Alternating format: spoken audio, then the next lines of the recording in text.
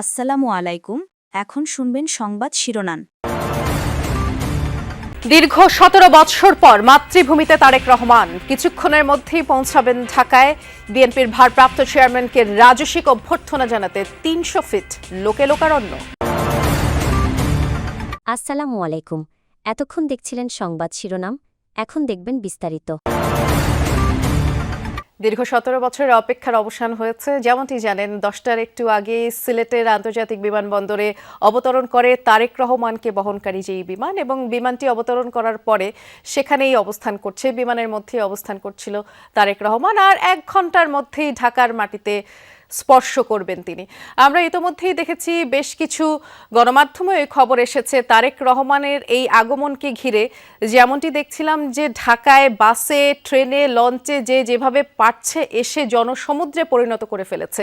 কিছুক্ষণ আগেই তারেক রহমানকে বহনকারী বিমানটি সিলেটের ওসমানী আন্তর্জাতিক বিমানবন্দর থেকে ঢাকার উদ্দেশ্যে রওনা হয়েছে, এবং আমরা তখন জানবার চেষ্টা করছিলাম ভেতরে যারা সহযাত্রী আছে, অর্থাৎ তারেক রহমানের সাথে যারা সহযাত্রী আছে তাদের সাথে আসলে কোনোভাবে যোগাযোগ স্থাপন করে সবশেষ আপডেটটুকু জানিয়ে দেওয়া যায় কিনা। কারণ আমরা যেমনটি জানি, শাহজালাল আন্তর্জাতিক বিমানবন্দরের অভ্যন্তরেও বিএনপি স্থায়ী কমিটির সদস্য ছাড়া আসলে কাউকেই সেখানে ঢুকতে দেওয়া হচ্ছে না। ৩-৪ স্তরের নিরাপত্তার বেষ্টনীতে আবদ্ধ গোটা ঢাকা শহর।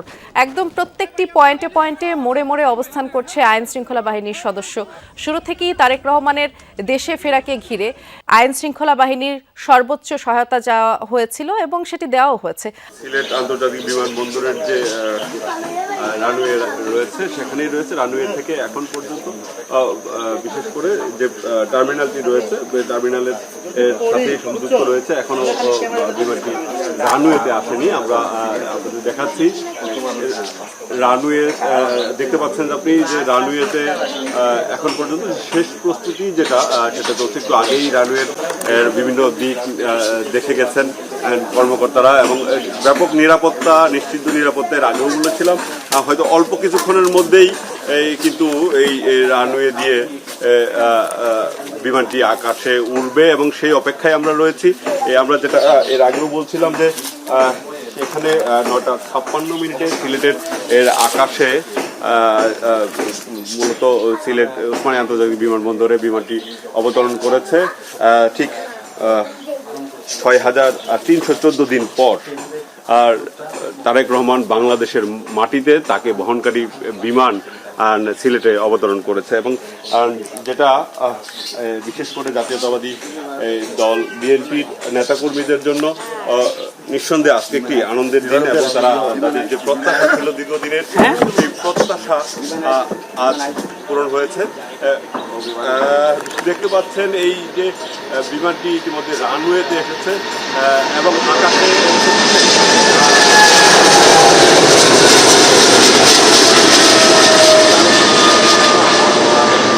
থেকে আকাশে উড্ডয়ন করেছে, এবং এখন থেকে ঠিক 40 থেকে 45 মিনিটের মধ্যেই ঢাকায় পৌঁছাবে এই বিমানটি, এবং তারেক রহমান ঢাকায় নামবেন।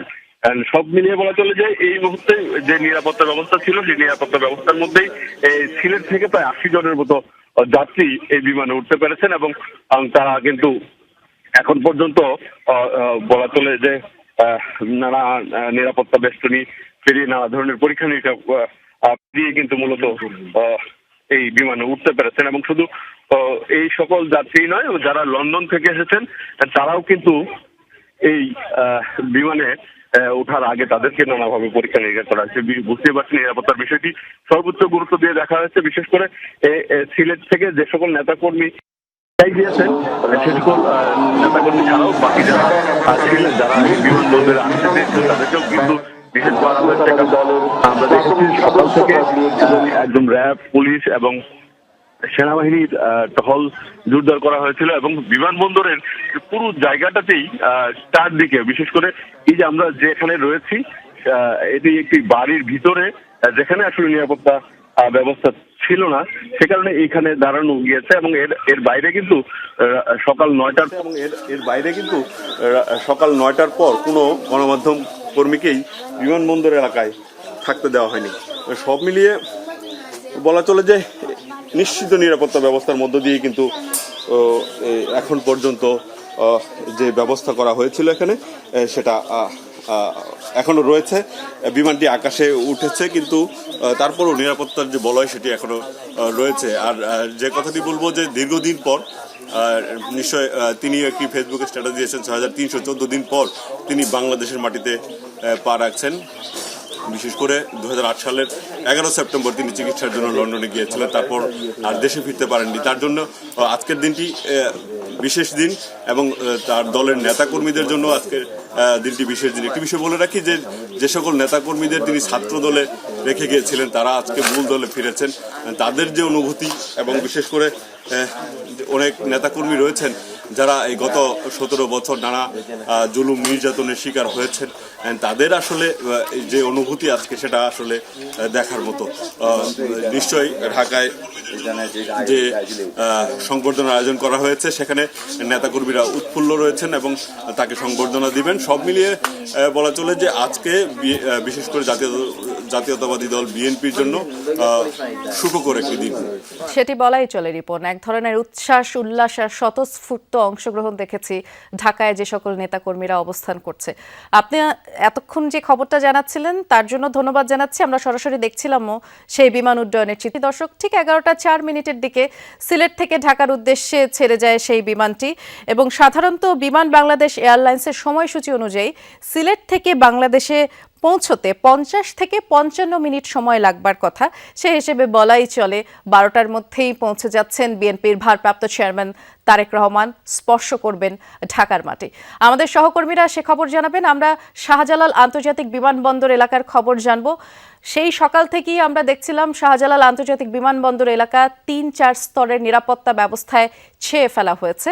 বিমানবন্দরের অভ্যন্তরে কাউকে প্রবেশ করতে দেওয়া হচ্ছে না, শুধুমাত্র বিএনপির স্থায়ী কমিটির সদস্যরাই সেখানে অবস্থান করছেন। 45 মিনিটের অপেক্ষা বিএনপি নেতাকর্মীদের জন্য, তারেক রহমানের জন্য, এবং সেই অপেক্ষার এরই মধ্যে বিএনপি স্থায়ী কমিটির সদস্যরা টার্মিনালের ভিতরে প্রবেশ করেছেন এবং তারা ফুল নিয়ে ভিতরে প্রবেশ করেছেন। মূলত ভিআইপি যে টার্মিনাল সেখানে শুধুমাত্র বিএনপি স্থায়ী কমিটির সদস্যরা যেতে পারছেন, যেমনটা আগেও জানিয়েছিলাম। তবে সিলেটের মতো সিলেটের গণমাধ্যম কর্মীদেরকে সিলেটের বিমানবন্দরে থাকতে দেওয়া হয়নি। ঢাকাতেও আসলে অনেকটাই সেরকমই অবস্থা। আমরা গণমাধ্যমের সাংবাদিকরা শুরুতেই ভিআইপি গেটের সামনে অবস্থান করলেও নিরাপত্তা বাহিনীর সদস্যরা এবং বিএনপির মিডিয়া সেলের সদস্যরা গণমাধ্যম কর্মীদের একেবারেই অনেক দূরে নিয়ে আসা হয়েছে, অর্থাৎ কার্গো গেটের সামনে নিয়ে আসা হয়েছে নিরাপত্তার জন্য। এরই মধ্যে পুরো জায়গাটি সেনাবাহিনীর নিয়ন্ত্রণে নিয়ে যাওয়া হয়েছে। পুলিশ সদস্যরা রয়েছেন, আনসার সদস্যরা রয়েছেন, র্যাব সদস্যরা রয়েছেন, বিজিবি সদস্যরা রয়েছেন, অর্থাৎ কোনো বাহিনী বাদ নেই যেসব বাহিনী এখানে মোতায়েন করা হয়নি। এছাড়া গোয়েন্দা সদস্যরাও নানানভাবে তথ্য সংগ্রহ করার চেষ্টা করছেন। যাদেরকে সন্দেহ হচ্ছে তাদেরকে তল্লাশি করা হচ্ছে। শুধুমাত্র এখানে আইন শৃঙ্খলা বাহিনীর সদস্য, গণমাধ্যম ছাড়া সে অর্থে আসলে কারোরই কোনো উপস্থিতি একেবারেই নিষিদ্ধ এবং গণমাধ্যমও অনেকাংশে দূরে। শুধুমাত্র আমরা যতদূর জানতে পেরেছি তিনি একটি বাসে করে, যে বাসটি কিছুক্ষণ আগে, যেটা আপনারা হয়তো জানেন যে কিছুক্ষণ আগে সে বাসটি ভিতরে প্রবেশ করেছে,